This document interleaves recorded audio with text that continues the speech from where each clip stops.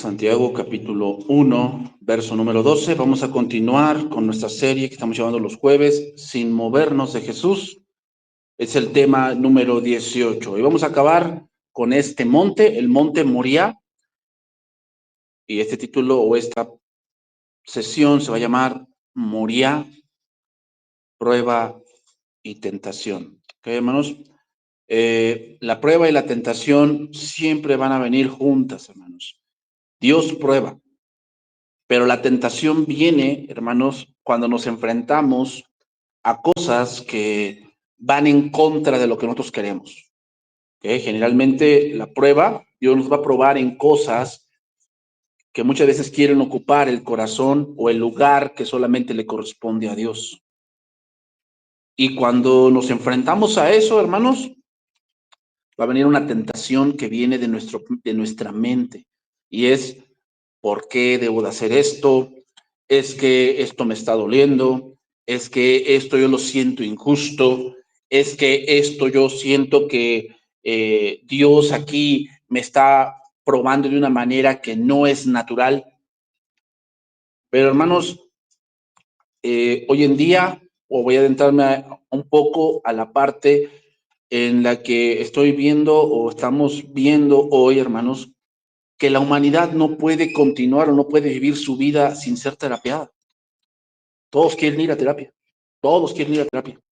Es algo que yo no había visto hasta estos últimos años, después casi del COVID. Es un fenómeno que se empezó a dar, ¿no? Que la gente entra en depresión, la gente entra en una fase de autonegación, de autoconmiseración, que tal vez muchos en esta parte del COVID, muchos perdieron seres queridos, tal vez no muy cercanos, tal vez en la segunda línea, ¿no? Un tío, un primo, alguien que tal vez era conocido, ¿no? Algunos más cercanos. Y obviamente, hermanos, una situación así, pues obviamente te marca, te hace ver las cosas de otra manera. El problema no es que pasemos por ahí, hermanos. Dios no nos ha prometido librarnos de eso. El problema es cómo lo enfrentamos y qué decisiones vamos a tomar. Por eso les digo, hoy en día la gente no puede vivir su vida sin ser terapiada.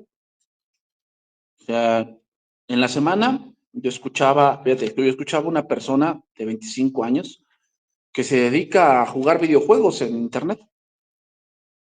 Y como muchas personas que juegan ese videojuego lo ven, empiezan a pedir consejos de vida, ¿no? Consejos como de, oye, me estoy pasando por una situación donde no le tengo confianza a mi pareja, donde tengo enojo, estoy enojado, ¿qué hago?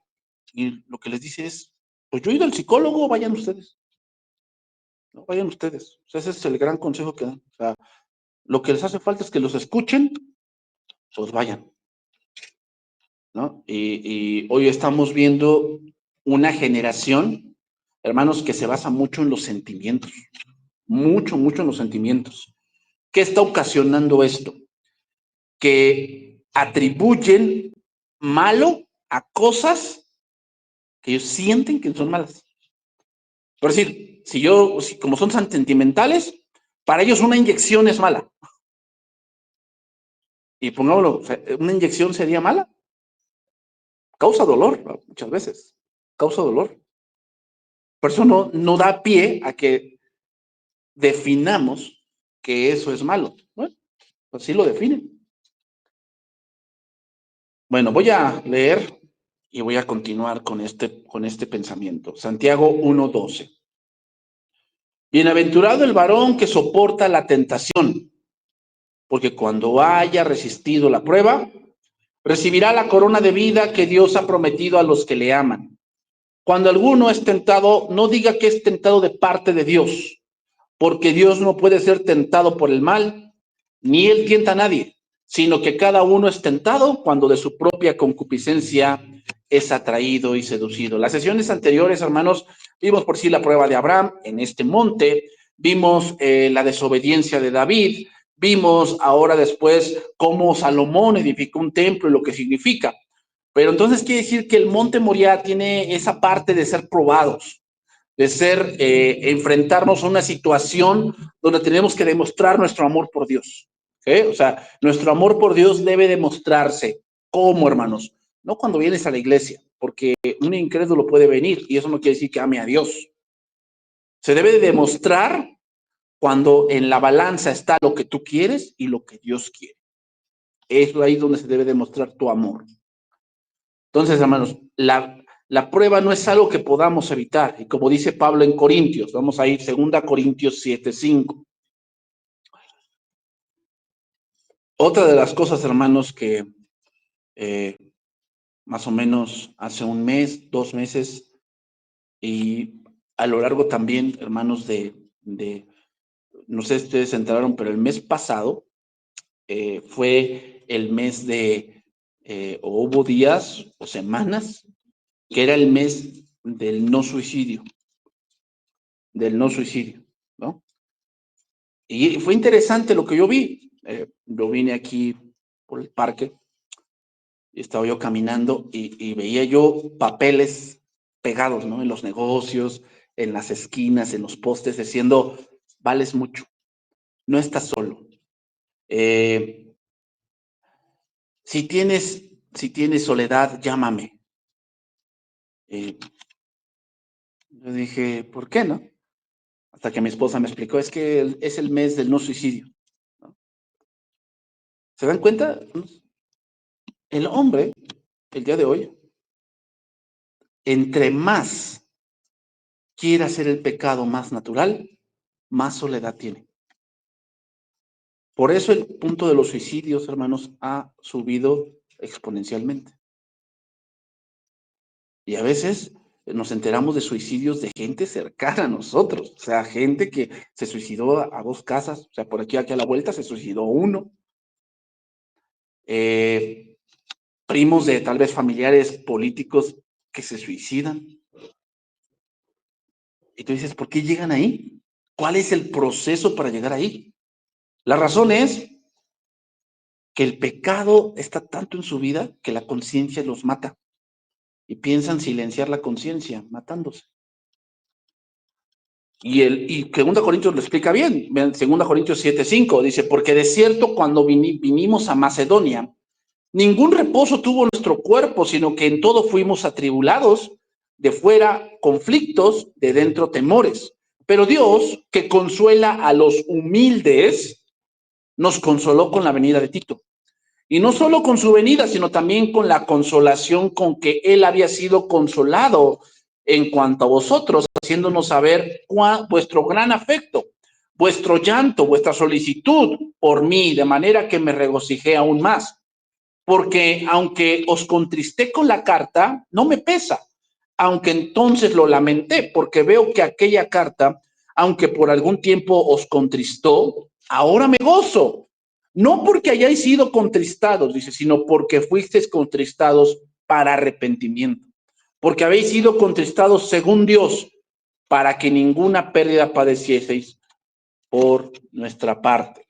El contexto de este pasaje habla de la reprensión de Pablo en una segunda carta que Pablo escribió, que no está con nosotros en las Escrituras. O sea, la segunda carta a los Corintios es una tercera carta que Pablo escribió y la segunda carta a los Corintios está extraviada. Se le llama la carta dolorosa. Entonces, Pablo en esa carta se cree que les habla duramente a los corintios sobre cosas que están ocurriendo dentro de la iglesia y los contrista. El punto del sufrimiento de Pablo era que no sabía cómo la iglesia iba a reaccionar, cómo sería la reacción de la iglesia con respecto a la persona de Pablo. Y el punto no es que pasemos por diversas pruebas, hermanos, esas son inevitables, sino lo que viene después. Hoy lo que abunda en esta sociedad, hermanos, es la depresión. La depresión es la nueva diabetes del siglo XXI. Ya no es la diabetes lo que, no, porque no te vaya a dar. Ahora la depresión es en lo que ahora nos enfrentamos. La autoconmiseración. De hecho, hermanos, el día de hoy es el Día Mundial de la Salud Mental. El día de hoy.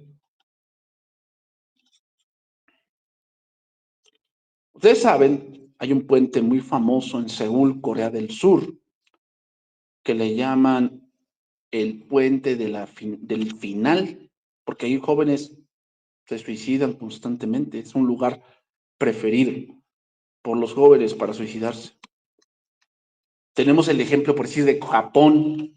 ¿Y saben cuál es algo que concuerda Japón y Corea del Sur? Son países que abunda mucho la tecnología. Ahí las bombas en Japón son en el techo. Pones tu auto y automáticamente el sensor detecta que hay un auto y te baja la bomba. ¿Ya? Te cobra con tu celular. ¿Cuánto quieres cargar? No, pues 10 litros, 12 litros, te lo carga. En Japón, por decir, tú puedes rentar una cabina de computadora, te dan una cabina dependiendo de lo que tú quieras, pero las más chicas son de 4x4. Puedes pasar la noche ahí,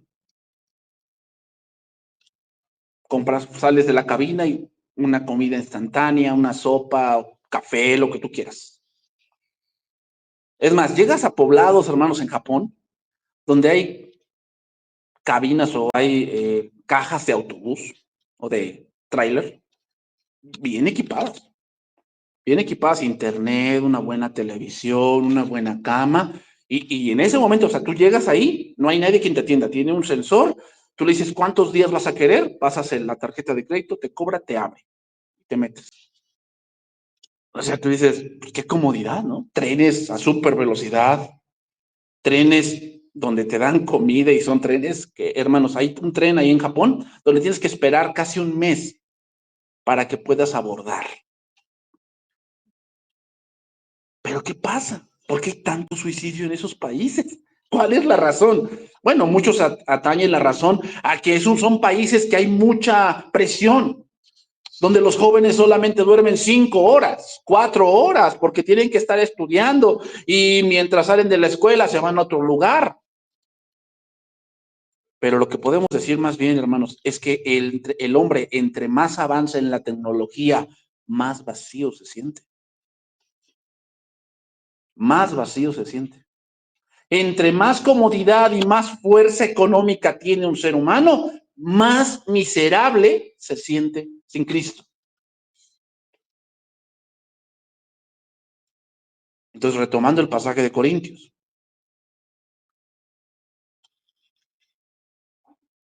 el gran problema del ser humano es la falta de Cristo en sus vidas. Por eso dice el versículo número 6, pero Dios, que consuela a los humildes.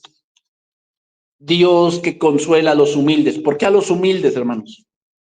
Porque una manera de defensa de los seres humanos es buscar la respuesta en ellos mismos o en otra persona. No son humildes para reconocer que no tienen todas las respuestas, no las tienen. Es por ello que hoy la psicología está muy de moda y dando a todo ser humano que si tiene un problema que no puede superar, la respuesta es ir a terapia. ¿Tienes un problema que no puedes superar? ¿Un trauma? O más bien sería, ¿quieres una buena excusa por el cual pecas? Ve a terapia. Ve a que te escuchen. Y con la filosofía tratar de solucionar tu problema. Aquí la palabra consuelo, hermanos, viene de una palabra griega que significa paracaleo. De ahí viene paracletos. Y vean lo que significa llamar cerca. Llamar cerca. ¿Qué significa? Que el motivo por el cual el ser humano se siente miserable es porque está lejos de Dios. Ese es el motivo.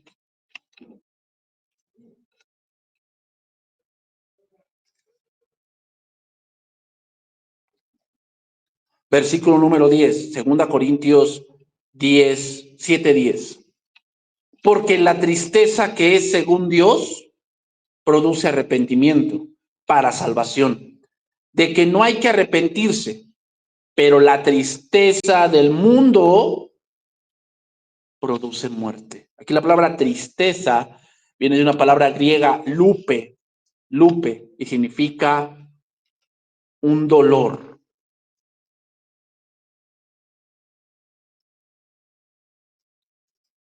Los que vieron esta película de Intensamente, la tristeza es la que no la quieren ver, no la quieren cerca, porque tristeza es algo malo. ¿Ah? Pero se dan cuenta, en todo ese cúmulo de supuestamente emociones, ¿qué falta?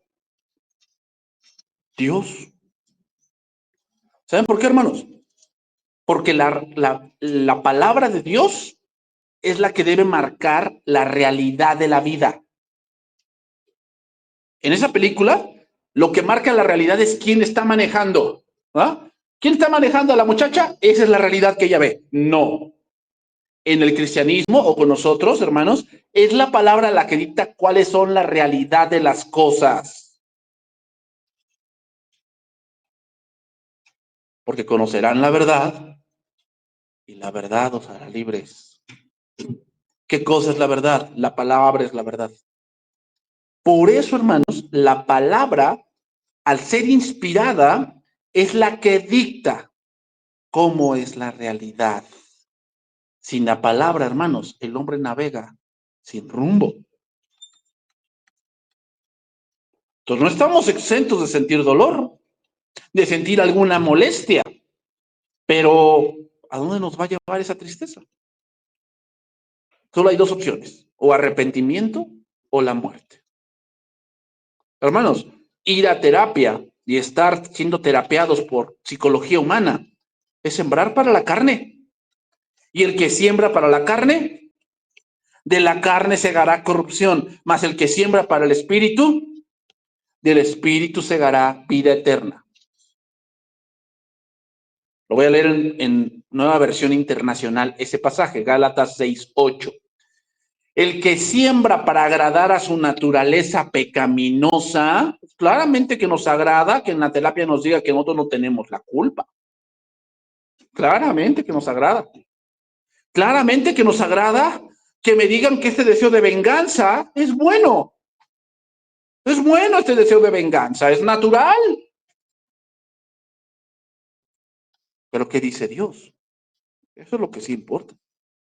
Pero se dan cuenta, hermanos, el ser humano trata de culpar a Dios.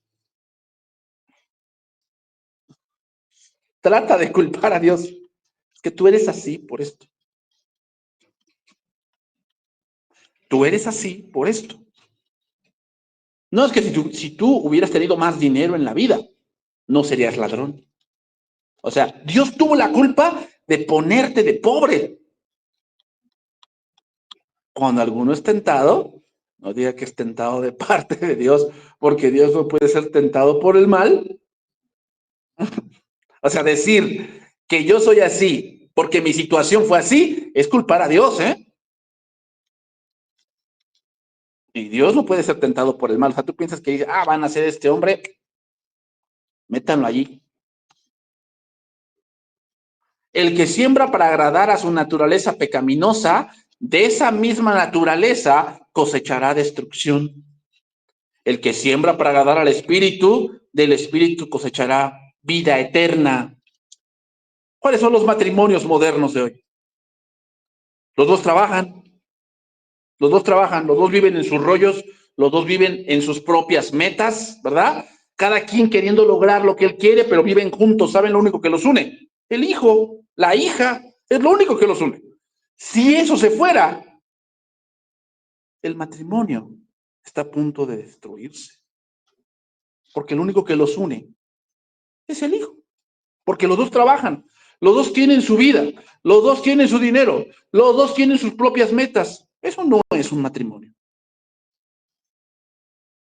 Esos son los matrimonios modernos. Entonces se va el hijo, se muere el hijo, ¿a dónde tienen que ir? A terapia porque no puedo soportar que mi hijo no esté y él tiene la culpa, ella tiene la culpa. ¿Y a terapia qué le va a decir? No, ninguno la tiene. Es que Dios, pues así quiso. No, pues que siento que es injusto. ¿Culpando a Dios? Esa es la sociedad en la que estamos. ¿Por qué no se fue el de enfrente, el hijo de enfrente? ¿Qué era más malo? ¿Según quién? ¿Según tú? O sea, esa es la realidad que tú vas a marcar para decir que por qué no se fue él y no o de más allá.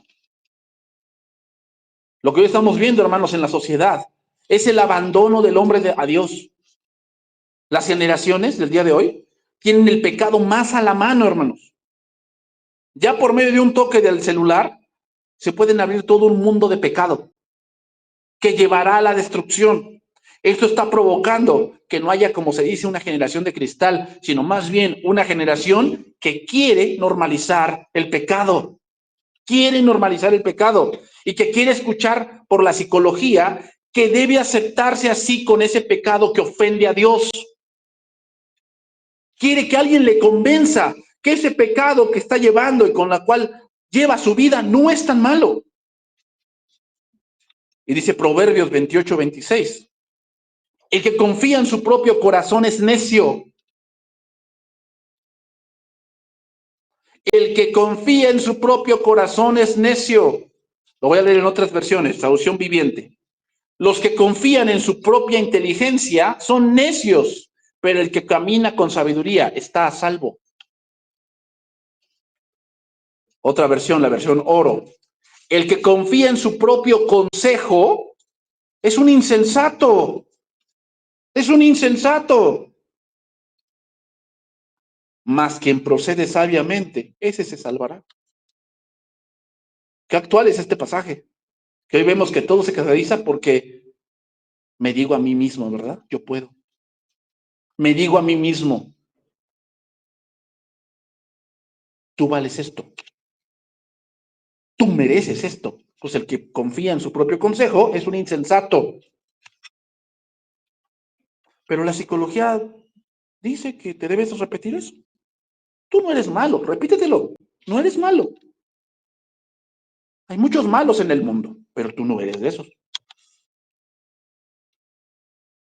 Isaías 2:22. Lo que dice este pasaje. Isaías 2:22.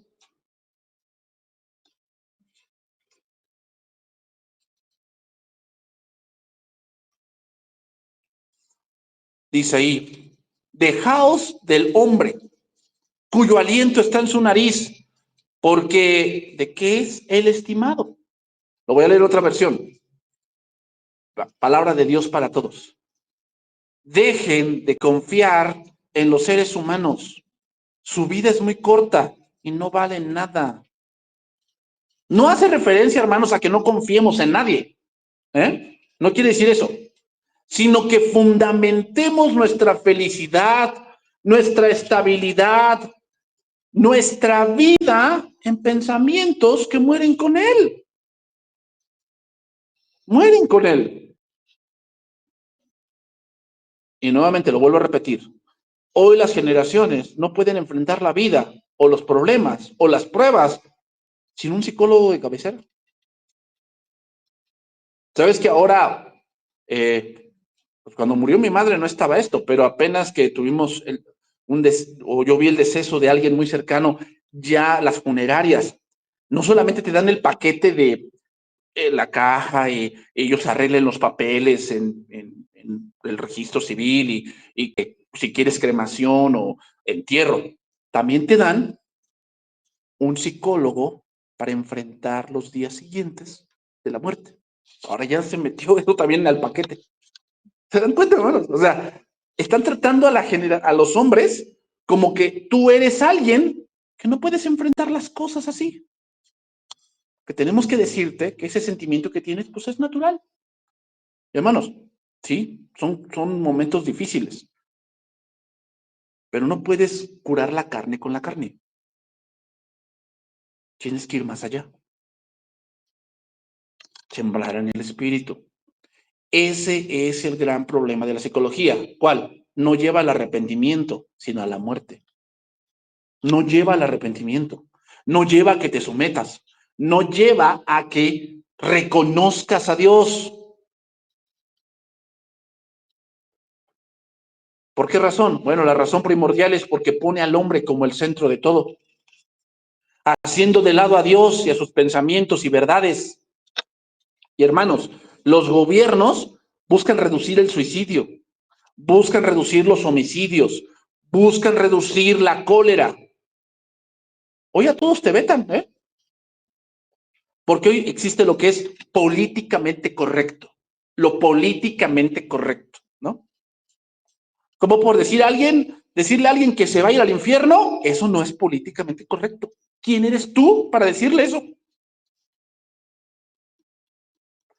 ¿Quién eres tú para decirle que esa vida que está llevando a Dios no le agrada? Eso no es políticamente correcto. Y tratan, a base de prácticas humanas, de tener los apetitos de la carne. Hoy en día se da mucho en las redes sociales que alguien tiene un arranque de ira, ¿no? Y que le dicen,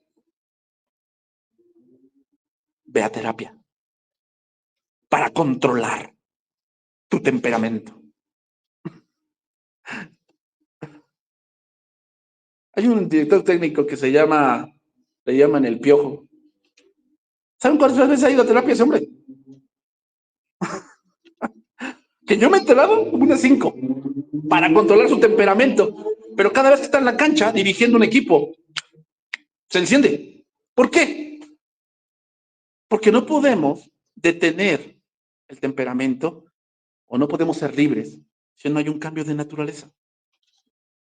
No importa cuántas veces vayas al psicólogo. No sé, no me acuerdo de este varón, pero participó de esta novela llamada, ¿qué? Destilando Amor.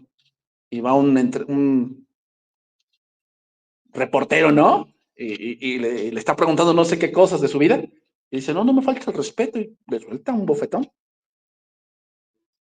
Entonces, ¿qué es lo políticamente correcto? Que saques un video humillándote ante todos, pidiendo una disculpa y que vas a ir a terapia. Que vas a hacer algo. Me da risa el mundo así. ¿Por qué? Porque tratan de ser políticamente correctos, pero en todo eso que ellos hacen, no está Dios. Es solamente agradar a la gente, que se siente ofendida, que se siente eh, atacada. Es que me siento atacado porque dice que me voy a ir al infierno. Me siento atacado, me siento mal. Y como se siente mal, eso es malo. ¿Ven hasta dónde la psicología ha llegado?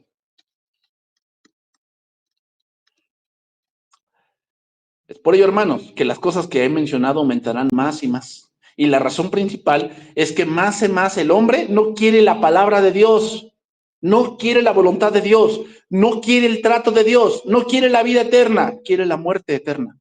Sí, hermanos, quiere la muerte eterna. Juan 3:19, ¿no? Y esta es la condenación, que la luz vino al mundo y los hombres amaron más las tinieblas que la luz. ¿Qué serían las tinieblas? Pues los pensamientos de los seres humanos. ¿Por qué? Porque ellos viven en tinieblas, engañando y siendo engañados. Porque sus obras eran malas. Porque todo aquel que hace lo malo aborrece la luz y no viene a la luz porque sus obras, para que sus obras no sean reprendidas. Mas el que practica la verdad viene a la luz para que sea manifiesto que sus obras son hechas en Dios. Y después de toda esta introducción, hermanos, quiero retomar nuestros pasajes del principio. Santiago capítulo 1, verso 2. Después de toda esta introducción que les di, para que veamos, hermanos, que ese pensamiento del mundo se está metiendo a la iglesia. Se está metiendo a la iglesia, hermanos. Y ya llegan personas a consejería que traen este tipo de pensamientos. Bueno, es que yo vi en internet a una persona que estaba pasando lo mismo que yo y ella aconsejó. Ese es el problema de hoy en día los influencers. ¿Saben cuál es el problema de los influencers? Que hablan de todo, pero no saben nada. Quieren hablar de todo, pero no saben nada. Hablan de nutrición, pero se la viven tomando Coca-Cola, ¿no? Y hablan de nutrición. Hablan de la familia, pero ellos están más alejados de ella que nada. Hablan de cómo pasar situaciones difíciles, pero ellos cada vez que las pasan, maldicen a Dios. Y esas son las cosas que hoy los jóvenes y adolescentes están escuchando. Esas son las cosas que hoy los jóvenes y adolescentes están escuchando. No escuchan a un experto en el tema, escuchan a gente que supuestamente tiene muchos likes y tiene muchos seguidores. Y vienen después a la iglesia y como la palabra va en contra de lo que ese influencer dice, aborrecen la luz. Y no, es que el pastor está mal. No. Mi papá es que pues, él vive en la edad de piedra. Pero te voy a decir algo, tu papá también cuando tal vez tenía tu edad decía lo mismo. Pero no hay nada nuevo debajo del sol. Santiago 1:12. Bienaventurado el varón que soporta la tentación, porque cuando haya resistido la prueba recibirá la corona de vida que Dios ha prometido a los que le aman. ¿Quién es aquel que soporta la tentación? Bueno, es aquella persona que nunca abandona la plena confianza en Dios. Esa es la persona que soporta la tentación. Se escucha fácil, pero una de las muestras que la hemos abandonado, hermanos, la confianza en Dios, es la queja. Nos quejamos de lo que estamos viviendo. Y somos resoñadores, ¿verdad? Si tuviera, si viviera, si manejara, si me vistiera, soñadores. Y piensa que de sueño se va a solucionar las cosas. El no perder la confianza, hermanos, implica perseverar.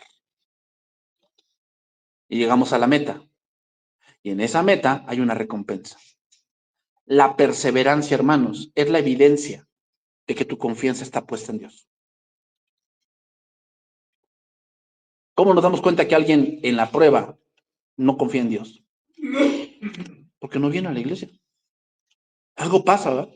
Tienen un problema y lo primero que hacen es que, bye, se van de la iglesia. Y los encuentras y, hermano, ¿por qué no has ido? No, hermano, he tenido muchos problemas, es que de verdad se me ha complicado. ¿Sabes cuándo más debes venir? ¿Es cuándo más debes perseverar?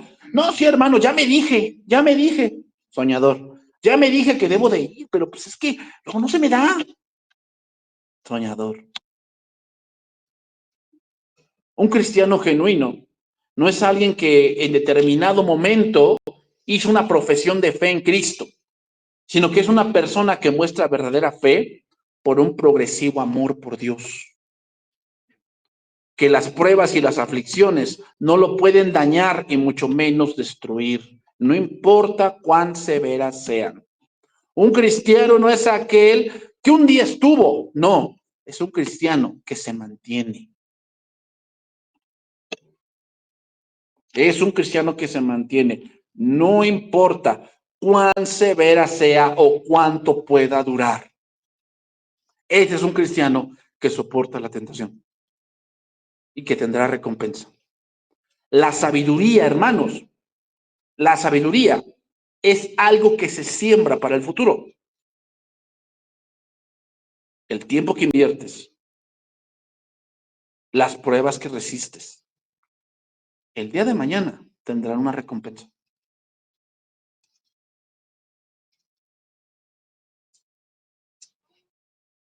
Santiago 1:13. Cuando alguno es tentado, no diga que es tentado de parte de Dios, porque Dios no puede ser tentado por el mal, ni él tienta a nadie. Si ustedes van a Israel, hermanos, en las pocas escalinatas que hay al templo, las escalinatas tienen algo peculiar. Son 2 escalones cortos, uno largo. 2 escalones cortos, uno largo. Y la explicación que ellos dan es que la subida al monte del templo, el monte Moriah, es que En el templo se sube a reflexionar y a meditar. Subir unas escaleras de manera rápida implica no pensar. Eso es algo que me llamó la atención, hermanos, porque queremos las cosas cristianas rápidas. ¿Cuántas gentes no han llegado conmigo o tal vez contigo pidiéndote un consejo y quieren que ese consejo funcione mañana? No. Oye, hermano, ¿qué hago con esto, con mi hijo, con mi trabajo, con esta parte económica? Hermano, tienes que reajustar todas las cosas, pon reglas, pon límites, todo ese tipo de cosas, y empiezan a intentar hacerlo y quieren que mañana funcione. Y siempre les digo lo mismo. ¿Te dedicas a destruir todo esto en 2 años y quieres que en un día se arregle? Ni en el ejercicio pasa eso, ¿no? Yo recuerdo una persona que dijeron, no, es que tus productos no sirven. Y que le dice ella, pues no engordaste con un bolillo. O sea, pues, ¿qué esperas? O sea, que mañana todo se, ¿no? Como cuando van los jóvenes a la playa, ¿no? Y van a ir a la playa y van unas 2 semanas antes al gimnasio. Y le dicen al instructor, quiero estar bien para ir a la playa. Y te dice, ¿cómo te explico? ¿Cómo te explico que no funciona así? No, no funciona así. Entonces, subir al monte, lo que implicaba 2 cortos, 1 largo. 2 cortos, 1 largo. ¿Qué significaba? Pensar a qué vas. La vida cristiana, hermanos, no es rápida, es de perseverancia.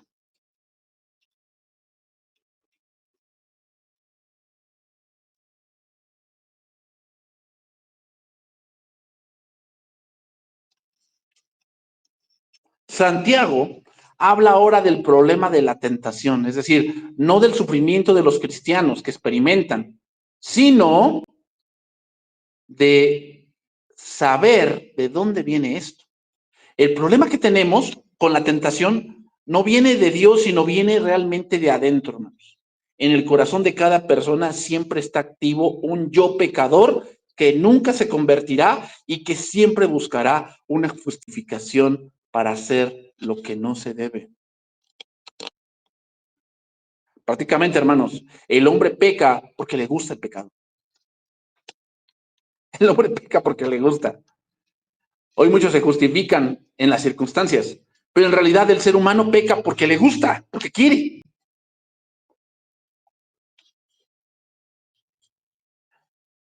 Y entonces sale como, por decir, el hombre que culpa a la pobreza de haberlo convertido en ladrón y por lo tanto justifica sus robos diciendo que si él no hubiese sido pobre, él no sería ladrón. El borracho culpa los problemas y presiones del trabajo o de la casa y por lo tanto él es borracho porque no lo comprendían en su casa. Y eso con eso se justifica. ¿Quién tiene la culpa ahí?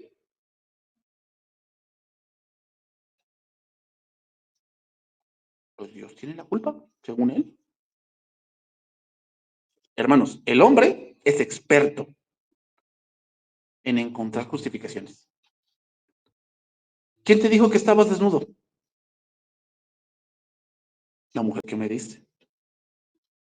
¿Se dan cuenta cómo el hombre, parte de su naturaleza pecaminosa es encontrar justificación a su desobediencia? Es experto.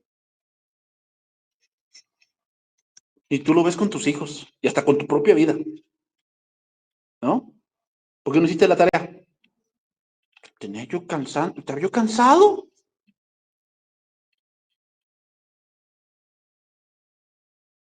Llega un momento en que una de las cosas que tiene el adolescente y el joven es que no saben medir los tiempos.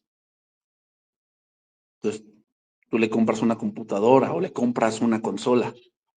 Quiere dedicar su tiempo a eso. ¿Por qué no hiciste la tarea? No te contesta porque no sabe qué excusa inventar. Porque no puede decir que se la pasó jugando en el PlayStation. No puede decir eso. Porque eso implicaría que requiere una corrección. No lo va a decir. Entonces, ¿qué le tienes que hacer? mostrarle que hay cosas más importantes que su diversión. En este momento no estás para eso, estás para obedecer, para adquirir responsabilidades. Y ahorita tu responsabilidad es que el estudio. ¿Qué pasa ahí? Falta de sabiduría, hermanos. Pero es su concupiscencia quien lo empuja a que haga cosas que a él le agradan y no las cosas que en realidad debe de hacer. ¿Se dan cuenta, hermanos? Entonces te podré decir, ay, pues si sabes que me voy a distraer, ¿para qué me lo compras? Ahí está el típico hombre que trata de culpar a Dios del por qué él es así. Entonces, cuando alguno es tentado, no diga que es tentado de parte de Dios, porque Dios no puede ser tentado por el mal, ni él tienta a nadie. Pensar que Dios me puso esta parte para que yo pecara es pensar en un Dios como yo. Por si los dioses de la mitología griega y romana, hermanos, por ejemplo, son por lo general inmaduros, caprichosos, mezquinos y hasta malvados. No, ese Zeus era un adúltero de marca. Tuvo hijos fuera del matrimonio ahí con Hércules y a Ares también. Y, o sea, ahí veías a Zeus haciendo la de macho alfa, ¿no? Y entonces su esposa se enojó y en la mitología, esta esposa Hera mató a la familia de Hércules porque Zeus la engañó. Se les describe como poseedores de un poder sobrenatural, pero sin la sabiduría para poder utilizarlo.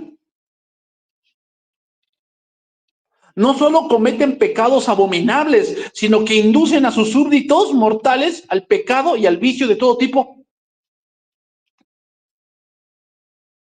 Estas deidades pecan contra y entre ellos mismos. Pecan contra los seres humanos sobre quienes ejercen un control arbitrario, injusto e inmoral.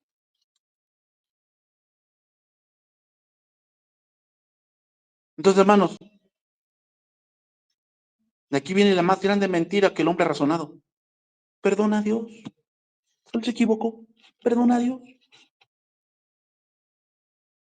Y el hombre se atreve a decir, es que yo estoy enojado con Dios porque yo le pedí y no me dio.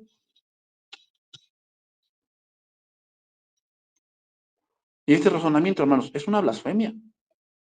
Porque asumen que Dios es como ellos. Desleales, mentirosos, blasfemos, que se dejan llevar por sus bajas pasiones como ellos. Vean nada más. Cuando alguno es tentado por el mal, no diga que es tentado de parte de Dios. O sea, Dios no es como Zeus, ni como Ares.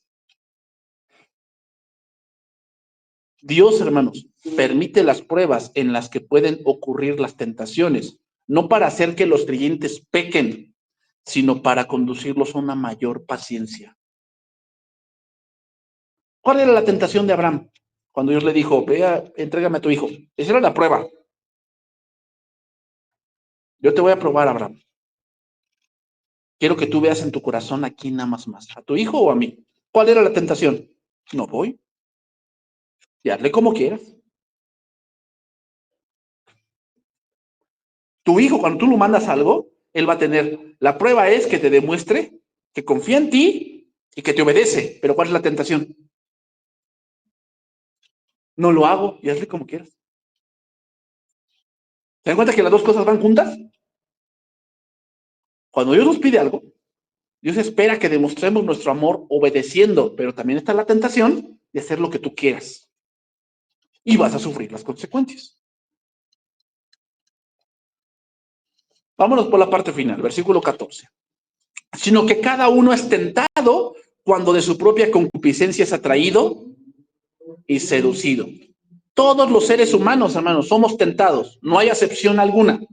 Pero esto ya es algo que va a algo que anhelamos o que estamos descuidados o que somos débiles. Vean, dice la versión Kadosh de este pasaje. En cambio, cada uno es tentado cuando es arrastrado y es incitado por la carne a sus propios deseos y atrapado. Hermanos, los animales y los peces se atraen con muy buenos resultados a las trampas y a los anzuelos porque el cebo que se emplea es muy atractivo y no lo pueden resistir. Luce bien, huele bien, apela a los sentidos.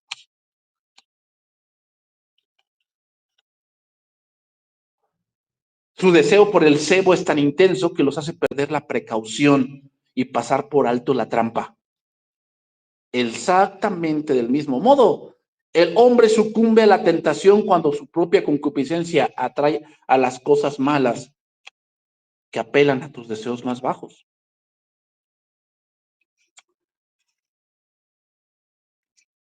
En el mundo cristiano, en tus últimas semanas, ha surgido una noticia de un pastor de 72 años que cayó en adulterio. Y no hablo de él porque nos sintamos mal, no, hermanos.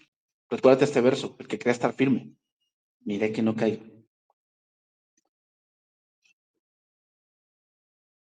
¿A qué voy, hermanos? A que muchas veces, hermanos, la falta de sabiduría va a hacer que pierdas todo. Porque este varón perdió su familia, perdió el respeto, perdió su ministerio. ¿Y saben qué es lo más terrible, hermanos? Que no se quiere arrepentir y ha sido expulsado de la iglesia. Ha sido expulsado de la iglesia.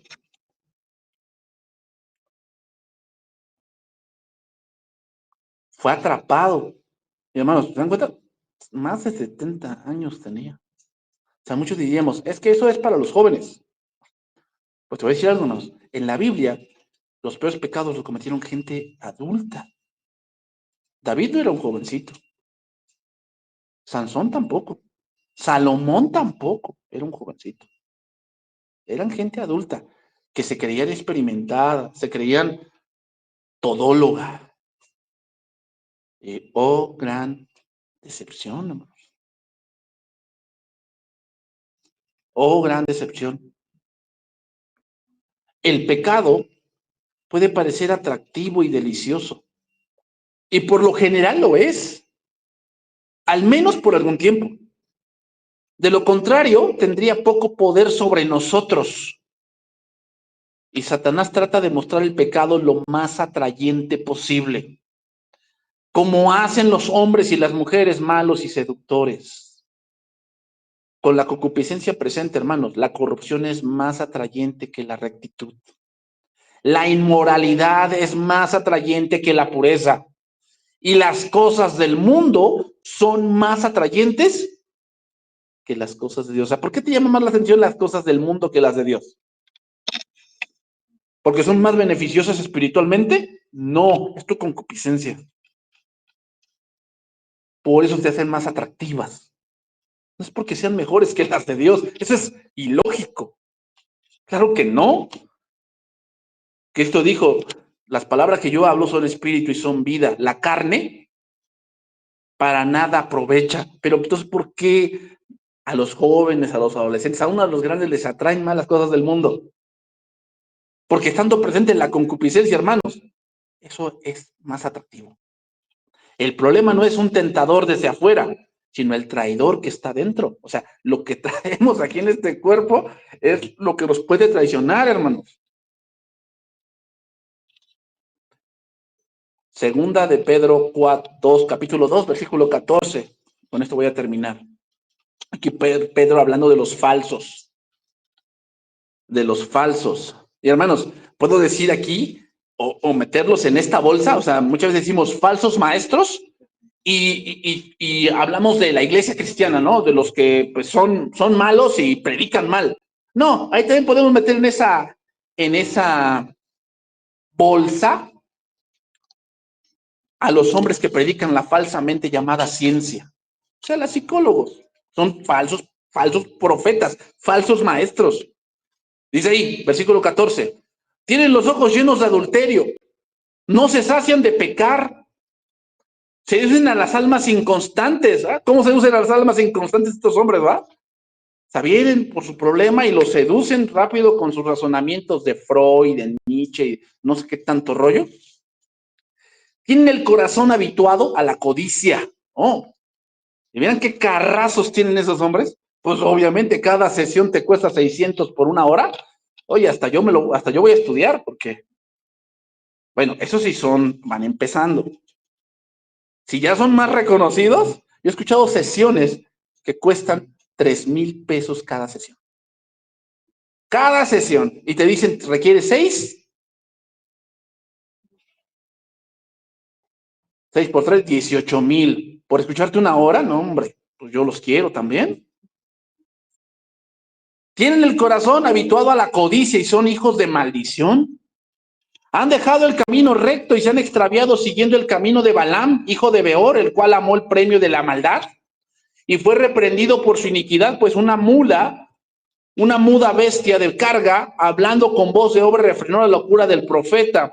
Estos son fuentes sin agua y nubes empujadas por la tormenta, para los cuales la más densa oscuridad está reservada para siempre. Pues hablando palabras infladas y vanas, seducen con concupiscencias de la carne. O sea, es normal que sientas eso, abrázalo, o sea, déjate llevar.